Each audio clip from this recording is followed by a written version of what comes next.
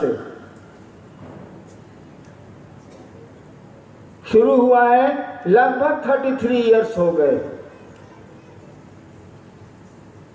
चले थे हम आप कि लोगों के दिल में शिव को उतारेंगे, वह शिव सत्ता उतरेगी, लोग शिव जैसा होने लगेंगे और जगत फुलवारी बन जाएगा, सुगंध फैल जाएगी। क्योंकि इंसान ही वो ईंट है जिसे समाज बनता है, देश बनता है, दुनिया बनती है। अब मैं 33 साल के बाद इतिहास के अध्याय पर बैठ कर रो रहा हूं।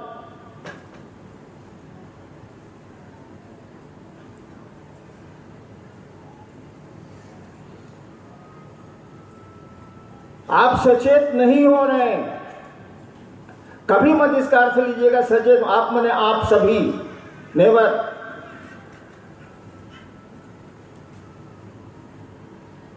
लेकिन क्या जाने पानी को कब लीकेज मिल जाए, वो तो नीचे जाएगा। मन को कब रास्ता मिल जाए नीचे जाने का, ये बड़ी तेजी से जाता है।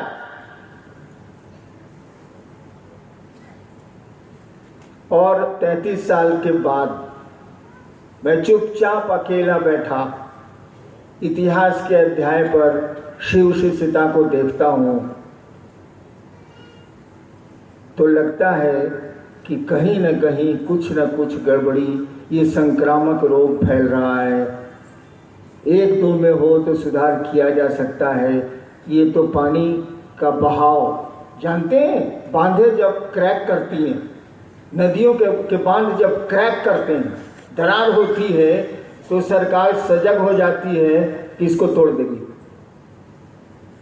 सीपेज बांध में जहां हुआ, मैं तो प्रशासन में रहा हूं 32 साल, बांध में जरा सा सीपेज हुआ नदी के तो कान खड़ा हो जाता है सरकार का कि सीपेज हो रहा है, यहां बांध टूट सकता है, और टूटता है, जान माल की हानि होती है। मैं नहीं कहता कि आप गड़बड़ है तो काम कैसे हो रहा, लेकिन सीपेज नहीं हो, बांध में क्रैक नहीं आए, इसके लिए हमको आपको सजग होना होगा। कहीं हमारे आपके कृत्य से हमारा आपका गुरु बदनाम नहीं हो जाए, हमारे आपके आचरण से वो शिव बदनाम नहीं हो जाए, इस पर ध्यान देना होगा।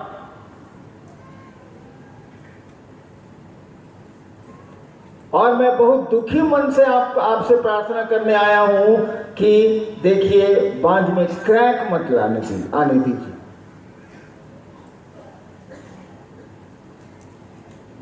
क्रैक आया जहां, सीपेज जहां हुआ बांध के पानी में, बांध को नदियां तोड़ देती है। कोशिश करिए, जगत बेच के शिव को खरीदेंगे, शिव को बेच के जगत खरीदने की मंशा ठीक नहीं है, ऐसा कृत्य ठीक नहीं है। और मेरे पास वक्त नहीं है, बुरा नहीं मानेंगे आप, और मेरे पास वक्त नहीं है, कम वक्त बचा है। मैं इस दिशा में सजग हूं, आपको सजग कर रहा हूं। समझें आप, नहीं समझेंगे तो कोई समझाने वाला आसमान में है, आपको समझा देगा।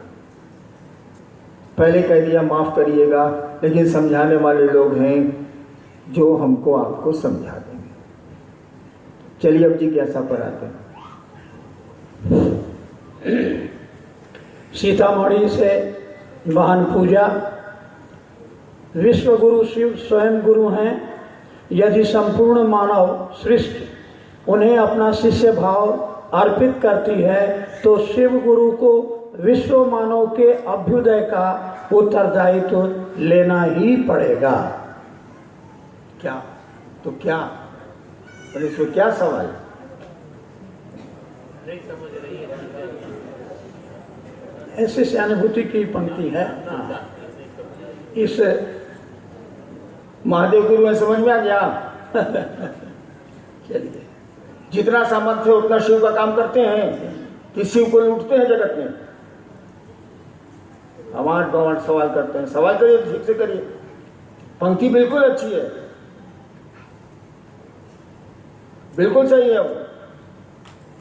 कोई भी अपने सामर्थ्य में शिव को अपना शिष्य भाव देता है, उस गुरु सत्ता को, उस परम चैतन्य सत्ता शिव को अपना शिष्य भाव देता है, तो उसकी जवाबदेही शिव की है ही। लेकिन हम आप कहां देते हैं शिष्य भाव? हम लोग तो शिष्य है जगत की सुविधाओं के, जगत की चीजों के। हमरा से सीनियर के छैरे, ये अहंकार बोल रहा है आपका। एक गुरु भाई ने हमको साइंस सिटी में कहा, मैं दीदी और साहब के संकल्प पर चलता हूं। मंडल जी को कह रहा था बाद में। हम कहे लूचा वाला बात मत करो हमसे। तुम्हारे जितने कृत्य हैं, तुमने जितना काम किया है, जो नहीं जानते हैं वो तुम्हारी बड़ाई करेंगे, मैं जानता हूं। तुम्हारे जितने कृत्य हैं शिव को बदनाम करने के हैं। तुम सीबीएसई से नहीं है तो सीनियर कैसे हो गया?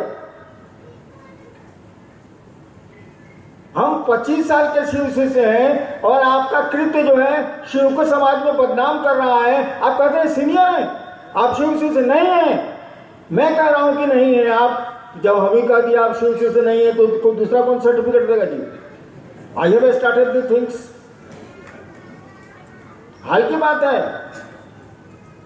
बड़ा गरज के बोला था वो आदमी, मैं तो भैया और दीदी के संकल्प पर चलता हूं। गए चिल्ला मत। तुमने ऐसा किया जिंदगी में? ऐसा किया, अभी भी करते हो? सब बात गिना दिया और तब कहा कि ये सारे कृत्य तुम्हारे समाज में तुम्हारे गुरु को बदनाम कर रहे हैं। तुम्हें सीबीएसई से नहीं हुआ, स्टार्टे नहीं हुआ साला, तो सीनियर कैसे हो गया?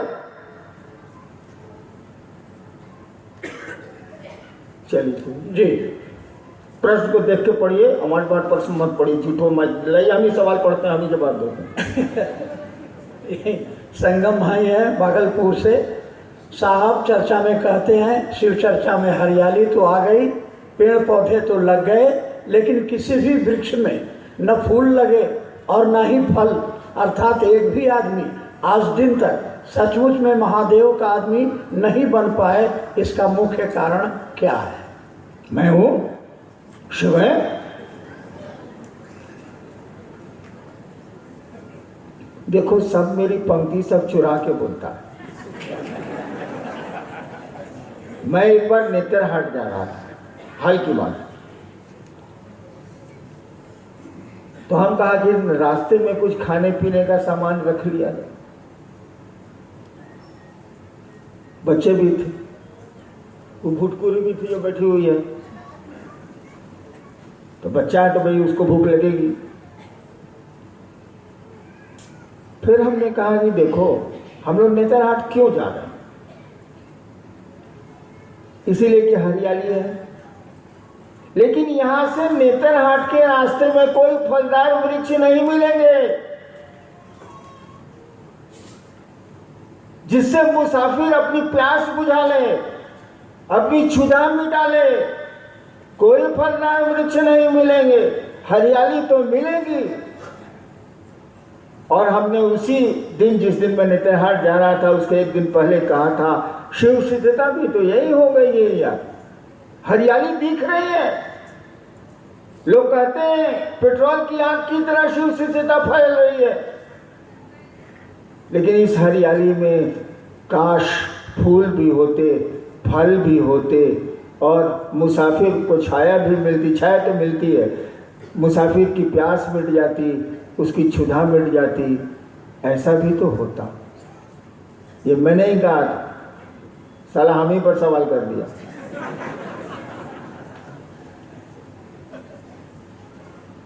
इसके लिए कोई दोषी नहीं है, मैं दोषी हूं। और मूलतः आपका गुरु दोषी है।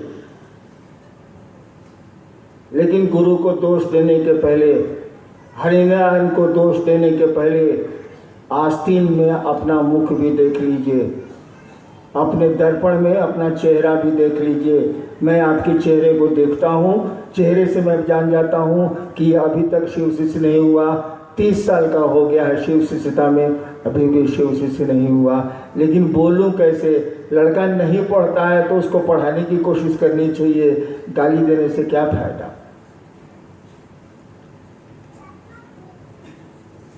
दोष मेरा है, दोष को ठीक मैं ही करूंगा, लेकिन ठीक करने के पहले आपको सजग कर रहा हूं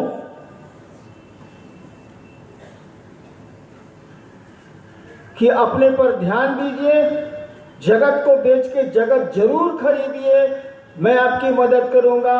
शिव को बेच के अगर आप जगत की चीजें खरीदते हैं तो शायद मुझसे बुरा आदमी इस संसार में ना आपको मिला होगा, ना आप झूठो ताली पीते तारा बाबू। इस संसार में न मुझसे बुरा आदमी आपको मिला होगा, न आगे कई जन्मों तक मिलेगा। और मेरा मात्र मकसद है, शिव के शिष्य संहार नहीं करते, वो सृजन करते हैं। लेकिन पेड़ों में घून लग जाए तो डालियां काटी जाती हैं ताकि नई डालियां निकलें और फल भी निकले। जी, ये सत्यम सरदार भाई हैं सरायकेला से। भैया, जब हम लोग चर्चा में जाते हैं तो लोग कहते हैं कि हम लोग तो पूजा पाठ करके सुख शांति पाते हैं, फिर शिव को गुरु क्यों बनाएं? अरे गुरु बच्चा वाला सवाल कर दो, छोड़िए आगे बढ़े। सब है। अरे तुम आज शिव चर्चा कर रहे हो या 22 साल से कर रहे हो, हमसे पहले से नहीं ना कर रहे हो बाबू। तो कितना सवाल हमसे हुआ होगा? तब तो 3 करोड़ 3.5 करोड़ शिव शिष्य हैं। कितना सवाल हमसे हुआ होगा? कितने लोगों ने मेरी टांग खींची होगी? आसमान के लोगों ने भी खींची है, आप भी खींचते हैं। इसमें से बहुत से लोग बैठे हैं जो मेरी टांग खींचते हैं। लेकिन साली टांग जो मेरी है ना, कहा जाता है कि गधा के पीछे अफसर के आगे नहीं जाया जाता है। तो टांग खींचने के लिए आपको पीछे जाना पड़ेगा। मैं पूर्णतः गधा हूं। अगर दुलत्ती चला दिया हमने तो भूनास फूट जाएगा। तो गधा को याद आ गया भाई, बड़ी सुंदर घटना मुझको याद आ गई। अभी मैं बनारस से आ रहा था, औरंगाबाद शहर से गुजरी मेरी गाड़ी। नहीं, बारिश नहीं हो रही थी, लेकिन सड़क सुनसान थी, वही जीटी रोड। ठीक सामने से करोड़ों वर्षों के बाद मैंने देखा कि एक गधा आ रहा, रोड पार कर रहा, अकेले था, मेरी तरफ आया। मैं बाएं बैठता हूँ गाड़ी के, मैं झट से शीशा उतारा। इतना दर्शक, कहा जाता है हिंदुस्तान में गधे बहुत कम हो गए, तो मैंने शीशा उतारा और चिल्ला के कहा, प्रणाम सर। सही में कहा। लोग अब बता गए, किसको साहब बोल रहे इतना चिल्ला के प्रणाम सर। लेकिन हमने गधे को प्रणाम किया और बहुत दुखी हो गए। उस साला कान तक नहीं हिलाया, मेरी तरफ देखा भी नहीं, कोई फर्क उसको नहीं पड़ा। जिस तरह से जोगी की तरफ जा रहा था सो चला गया। हम कहा कि साला सही में गधा है, प्रणाम का जवाब तक नहीं दिया। सही घटना बोल रहे हैं हम, कहा सही में गधा है, साला कोई प्रणाम करे इस पर। कोई इतना जोर से हम चिल्लाए कि प्रणाम सर भी बोले साले को, प्रणाम सर। कोई फर्क नहीं पड़ा, कान तक ऐसे नहीं किया, न इधर मुंह किया, न आंख तक किया, एकदम स्थित प्रज्ञ योगी की तरह सड़क पार कर। चलिए, हाँ जिज्ञासा। बहुत हाल की बात है, 10 दिन पहले की बात। लेकिन मेरे लिए यही सौभाग्य था, गधे ने दर्शन तो दिया। प्रणाम किया, नहीं जवाब दिया, नहीं जवाब दिया, दर्शन तो दिया।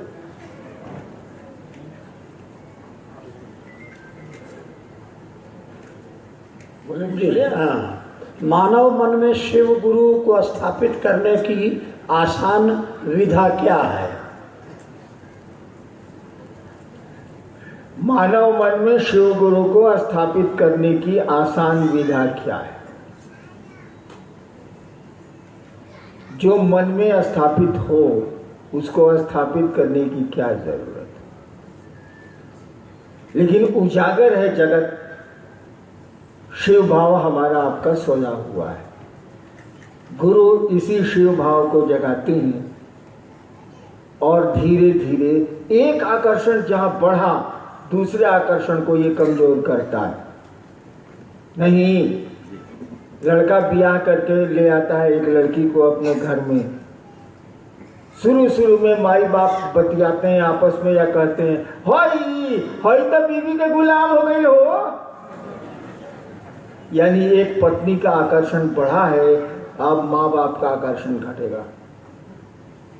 ठीक उसी तरह से शिव का आकर्षण गुरु बढ़ाएंगे और जगत का आकर्षण घटेगा।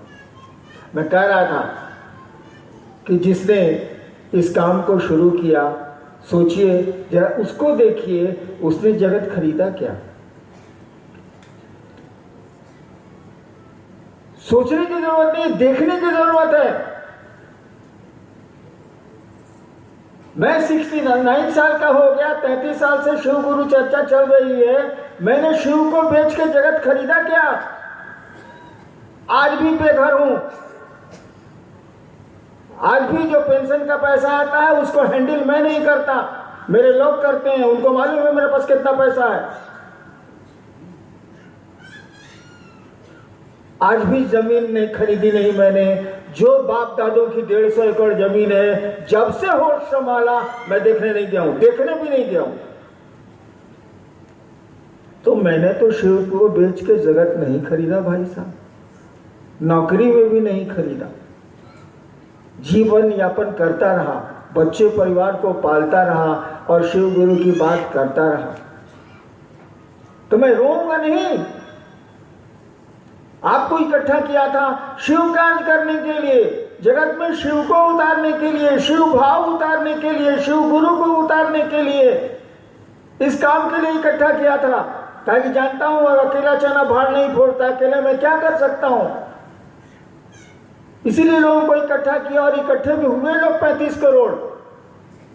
बहुत अच्छे हैं उसमें कुछ लोग जो गांव में हल चलाते हैं, जो रिक्शा चलाते हैं, जो ठेला चलाते हैं, या डॉक्टर इंजीनियर भी हैं, बहुत अच्छे हैं लोग। लेकिन आप संक्रामक रोग कुछ फैलाते हैं, सीपेज क्रिएट करते हैं। मैं आपसे प्रार्थना करता हूं कि ऐसा नहीं करें आप। जो लोग करते हैं, सबकी बात मैं नहीं कर रहा, ऐसा नहीं करें आप, अन्यथा अब मेरे पास वक्त नहीं है, थोड़ी दिक्कत आपको हो सकती है। यही मैं कह रहा था कि मैंने तो जगत नहीं खरीदा, आपको भी इकट्ठा किया था इसी काम के लिए कि आप शिव को बेचेंगे, बेमोल बेचेंगे और जगत नहीं खरीदेंगे। अरे जगत को बेच के जगत खरीदने का पुराना सिस्टम है, 100 रुपया दीजिए सामान मिल जाएगा। शिव को क्यों बेचते हैं?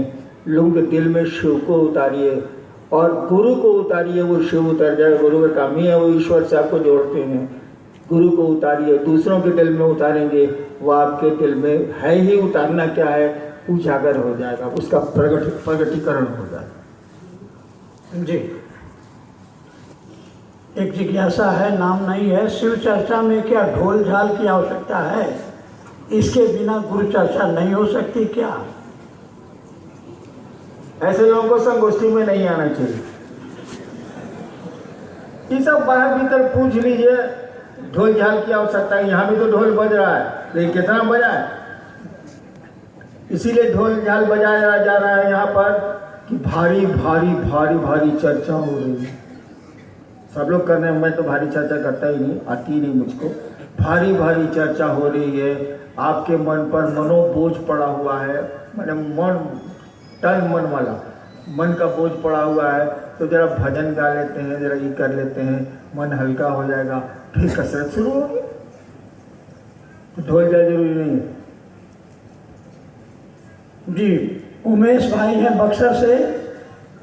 यूं ही हम मिलते रहे तो एक दिन प्यार हो जाएगा, मगर शिव तो नहीं दिखते हैं, यूं ही हम मिलते हैं। यूं ही अगर मिलते रहे तो देखिए एक दिन प्यार हो जाएगा। ऐसा नहीं हो कि यूं ही हम मिलते रहे तो देखिए एक दिन मार हो जाएगा।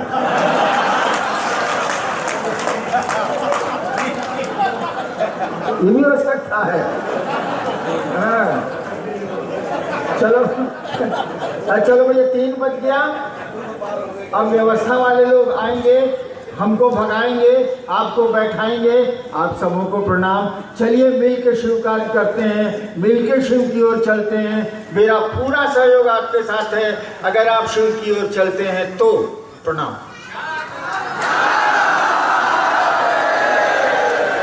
लोग अपनी जगह पे बैठे रहें।